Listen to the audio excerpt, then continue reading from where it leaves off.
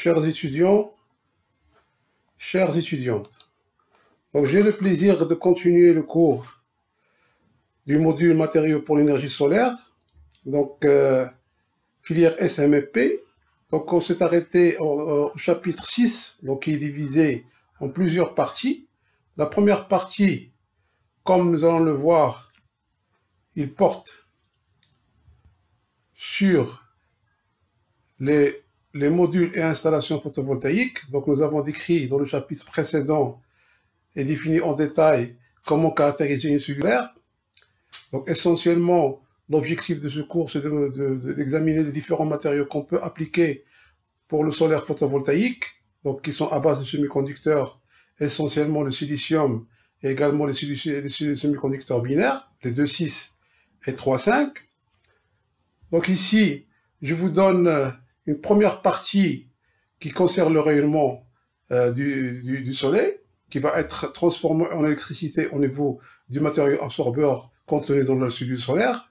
Donc ça, c'est une carte générale du monde sur le rayonnement solaire dans différentes parties du globe, et on voit que l'Afrique du Nord et l'Afrique subsaharienne est très bien lotie du point de vue l'irradiation solaire. Donc en particulier, ici nous avons installé au niveau de notre faculté des sciences d'Al-Malaz, une installation photovoltaïque que nous allons dans la partie suivante, dans le cadre d'un projet financé par Erosen.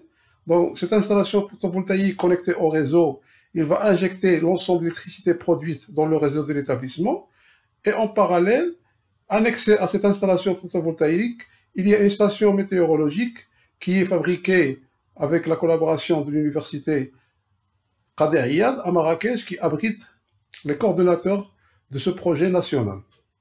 Donc cette station de météorologie, qui est hébergée également au niveau de la terrasse du département de physique, il comprend, il peut donner des données par jour, par heure, par mois, sur différentes datas, à savoir, pour le photovoltaïque qui nous intéresse, c'est l'ensoleillement horizontal, donc c'est sur le panneau qu'on voit ici. Donc c'est un petit panneau solaire qui donne les mesures de l'irradiation, ici horizontal. Nous avons également un petit panneau incliné d'une inclinaison de l'ordre de 30 degrés par rapport à l'horizontale, qui est parallèle à l'installation photovoltaïque que nous allons décrire dans la partie suivante. Donc l'ensoleillement incliné. On peut aussi avoir une idée sur la température ambiante, également la température du module. Donc il y a des thermocouples qui sont fixés directement derrière le module. Nous pouvons également donner des informations sur la vitesse du vent et la direction du vent. Donc ça, c'est l'installation ici météorologique qui est hébergée par notre faculté. Alors voici quelques résultats au niveau du site de la FSDM à Fès. Donc ça donne une idée en watts par mètre carré par jour pour différents types de rayonnement. Donc diffus, c'est un rayonnement qui ne vient pas directement sur le panneau. Le rayonnement solaire direct qui est le plus important, c'est la plus grande contribution, et le global, c'est la somme des deux. Donc on voit comment ça varie en fonction des mois, de janvier jusqu'au mois de décembre, et on voit que la contribution la plus importante, il provient du rayonnement solaire direct, c'est la courbe verte, et le diffus qui est négligeable. Donc actuellement, il y a le global, c'est les deux, et on voit que la plus forte rayonnement solaire, on l'obtient durant les mois d'été, entre juin, juillet et août. Donc ça donne une idée un petit peu sur la partie rayonnement qui nous intéresse. Donc l'objectif ici de cette installation, c'est d'avoir des mesures sur site pour éventuellement, s'il y a des investisseurs qui veulent investir dans le photovoltaïque pour produire de l'électricité, ils ont des mesures réelles. Ils n'ont pas des mesures qui sont données par des sites sur Internet. Donc voici une première partie où on décrivons les effets de l'éclairement sur la cellule photovoltaïque. Donc par exemple ici, pour différentes valeurs de l'éclairement qui varient entre 200 jusqu'à 1000 watts par mètre carré. Donc ici, par exemple, pour le Maroc, ça dépasse les 1000 watts par mètre carré. Et en fonction, donc c'est la caractéristique IV, et on voit que c'est l'effet de l'éclairement. Ici, quand on passe de 200 vers 1000, donc ici, vous voyez que l'intensité du courant de court-circuit chute, il diminue, ici lorsqu'on diminue l'éclairement. Par contre, l'effet sur la vitesse en circuit, la tension en circuit ouvert, elle reste presque constante. Donc également, ce qui nous intéresse aussi, c'est la puissance. Donc on voit ici que la puissance, ici, il est obtenue pour la radiation la plus importante, l'éclairement le plus important. Donc ici, on essaye d'injecter, d'introduire dans l'installation une partie électronique qu'on appelle l'onduleur, pour de telle manière qu'à tout instant, à toute température et à tout instant de la journée, l'onduleur, l'installation, le panneau va travailler au point de fonctionnement maximum. Donc le maximum power point tracking. La deuxième partie ici, nous allons voir l'effet de la température. Donc on voit très bien que lorsque la température augmente, que le courant de court-circuit reste presque, l'effet est négligeable, reste presque constant, alors que la vitesse de court-circuit diminue. Donc nous avons intérêt à avoir des températures basses, donc les basses températures, et aujourd'hui il y a des installations de photovoltaïque sur des régions humides, ou bien des lacs comme en Chine et dans plusieurs pays, où on essaie de minimiser l'effet de la température. Là aussi, on retrouve la même chose pour la puissance. Donc, nous avons intérêt à travailler à des puissances, à des températures plus faibles pour avoir des conditions de fonctionnement optimales. Là, on le retrouve de nouveau ici, ce maximum power point tracking, d'accord, en fonction et de la température. Lorsque la température passe de 75 degrés Celsius à moins 75 degrés Celsius, et également, donc ici, en fonction de l'ensoleillement. Donc ici, lorsqu'on passe de 200 watts mètre carré jusqu'à 1000 watts, vous voyez que ce point-là, le point de fonctionnement maximum, il devient plus important. Donc, en conclusion de cette première partie, on voit que l'augmentation de la température fait baisser la puissance générée par la cellule. Donc nous avons intérêt à travailler à des basses températures. Également, l'augmentation de l'ensoleillement, ou bien l'éclairement, il y a augmentation de la puissance générée par la cellule. Donc notre pays, le Maroc, il a choisi de promouvoir l'énergie solaire parce que nous avons des intensités de l'éclairement qui sont très importantes au Maroc et pendant une durée de l'année, donc presque 300 jours par an. Alors qu'est-ce que c'est qu'un module photovoltaïque? Donc on a parlé précédemment de la cellule. Donc un module photovoltaïque, il est composé par plusieurs cellules qui sont montées soit en série, soit en parallèle. Donc ce qu'on appelle un module photovoltaïque, c'est un certain nombre de cellules précablées, c'est-à-dire connectées entre elles par un fin ruban métallique conducteur, en particulier du cuivre. Donc en général, par convention entre différents industriels, donc il y a beaucoup d'industriels marocains aussi qui ont investi sur, il y a des usines qui fabriquent des modules, donc qui font ce câblage entre les cellules, et bientôt on aura même une usine avec une coopération peut-être chinoise pour fabriquer des cellules solaires au Maroc. Donc les industriels, ils ont convenu d'avoir des modules typiques qui comprend entre 36, 54, 72 et 96 cellules en série ou en parallèle. Ça, c'est pour avoir des ordres de grandeur similaires sur le marché. Donc, voici un petit peu... donc, ça, c'est le module. Lors de l'assemblage de ces cellules, on peut avoir... Donc, une association de NP cellules en parallèle permet d'augmenter le courant. Donc, le courant augmente. La tension reste fixe en circuit ouvert. Alors qu'une augmentation de cellules en série, cette fois-ci, il permet d'augmenter la tension et le courant de court-circuit reste presque constant. Donc on peut éventuellement aussi avoir un mélange des deux en parallèle et en série pour avoir différentes configurations pour fixer le courant de sortie et la tension. Donc voici un mélange. Donc par exemple, on suppose que nous avons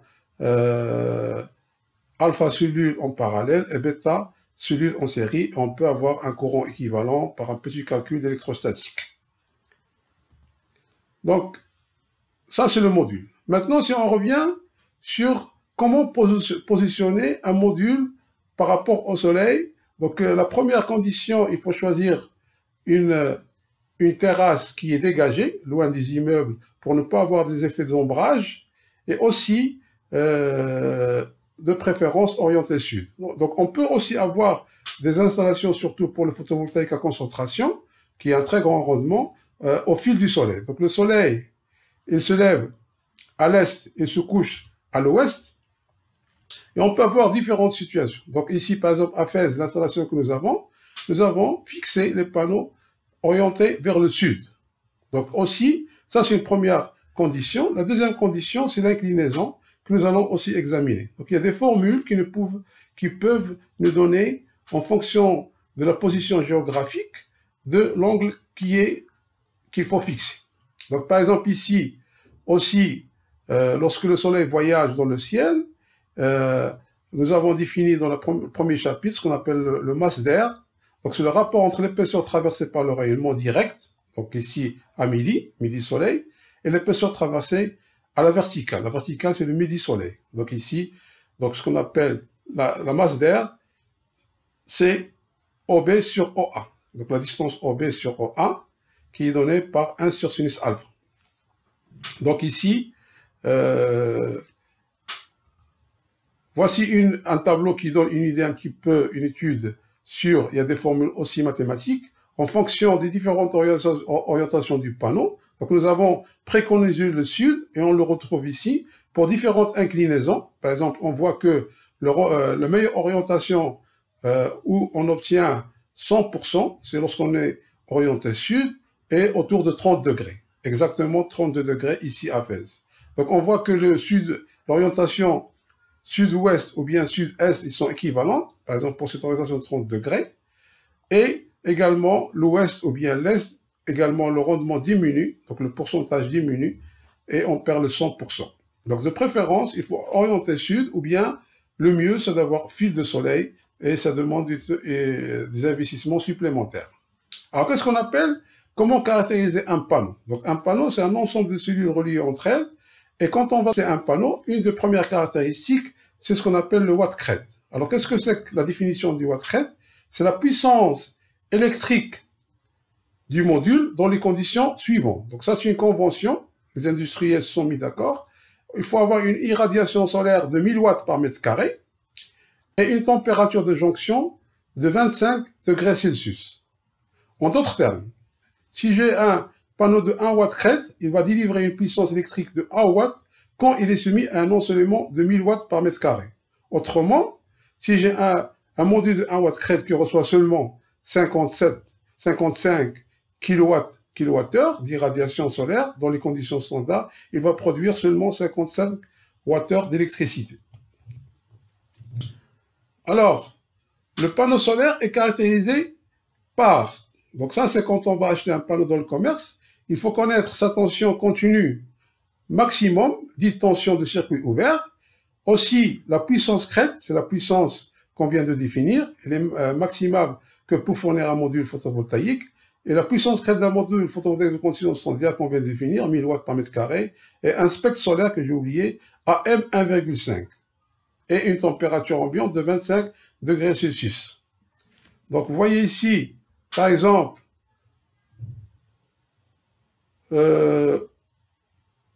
donc ici, la deuxième partie, c'est l'onduleur. Donc, le conduleur, c'est la première fonction de l'onduleur. Il va convertir le courant continu en courant alternatif pour pouvoir injecter dans le réseau ou pour faire fonctionner des machines électroniques comme le téléviseur ou bien la machine à laver, couleur, etc. Donc, il convertit le courant continu en courant alternatif usuel en phase avec le réseau. Donc, pour pouvoir injecter dans le réseau, il faut avoir aussi un courant alternatif qui est en accord avec le réseau. Donc ça, il faut avoir un réseau qui est bien maintenu pour pouvoir injecter. Donc ici, au Maroc, c'est en cours pour donner aux particuliers la possibilité de produire leur électricité et d'injecter dans le réseau. Donc fait fonctionner les capteurs PV au maximum de leur puissance. Donc l'onduleur, il va réagir de telle manière que à chaque fois, le panneau, il va travailler dans le point de fonctionnement maximum, quel que soit l'ensoleillement et quelle que soit la température.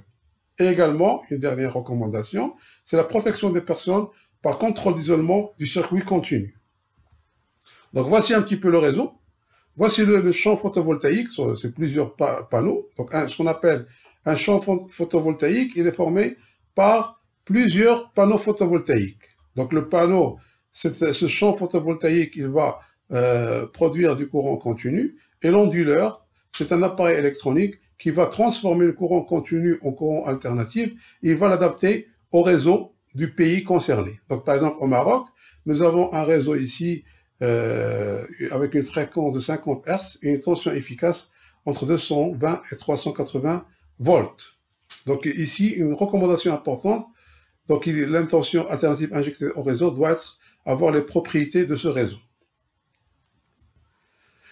Alors, les systèmes photovoltaïques. Donc nous avons, dans le passé, c'était cas isolé, dans le monde rural et dans les régions éloignées. Donc, par exemple, dans les montagnes, ou bien dans le désert, ou bien en plein océan.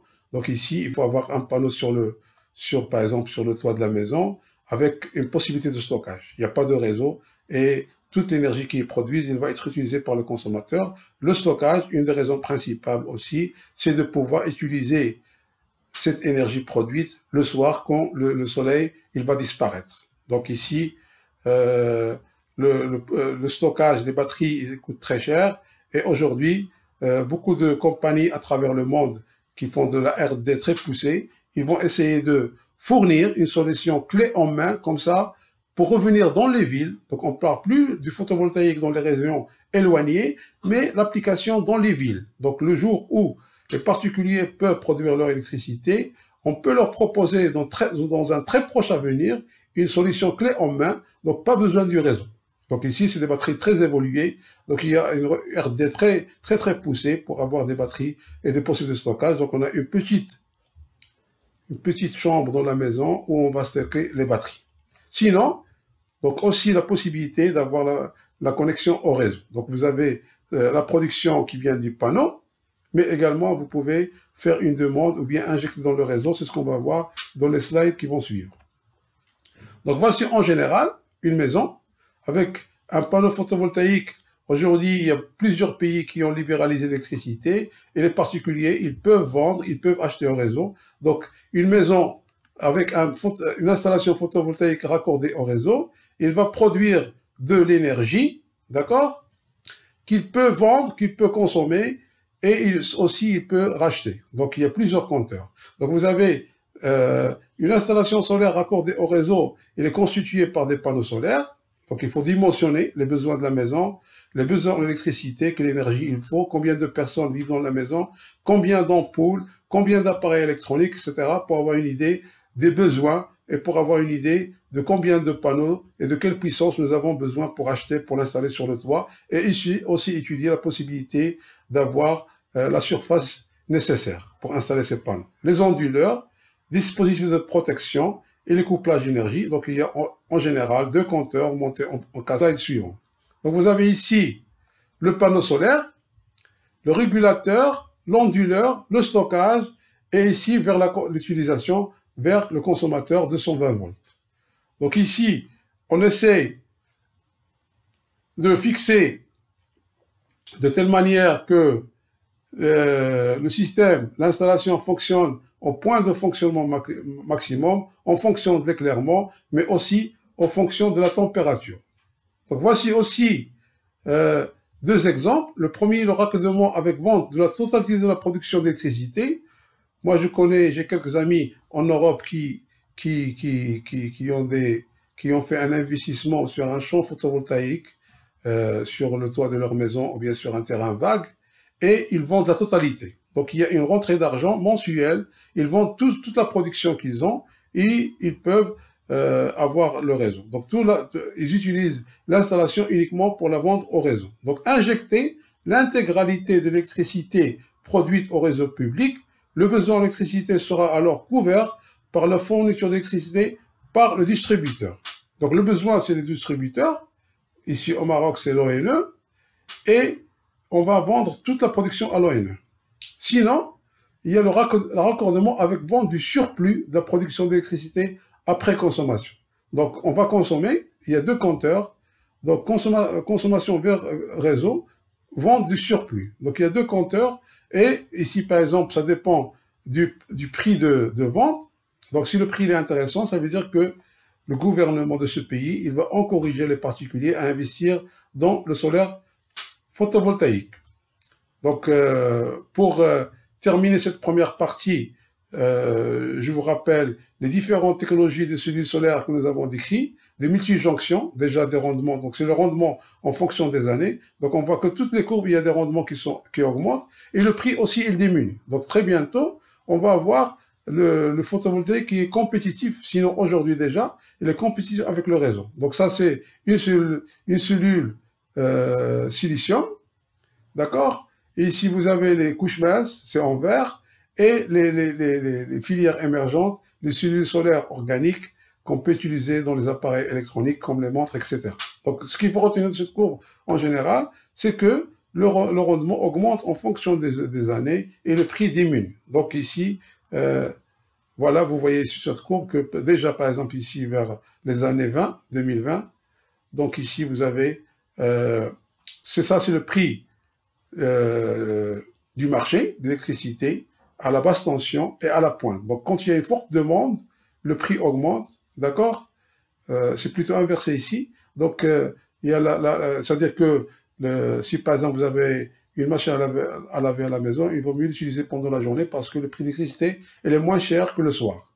Donc, vous voyez que, par exemple, pour le photovoltaïque, ici, le prix, il diminue. Donc ici, déjà aujourd'hui, les prix ils sont compétitifs avec les prix fixés par le réseau. Donc dans le prochain exposé, je vais vous parler de l'installation propre.ma que nous avons installée à la faculté des sciences d'Al-Balaz, et je vous souhaite bon courage pendant cette période de confinement, et je vous félicite pour votre concentration, et restez chez vous. Merci.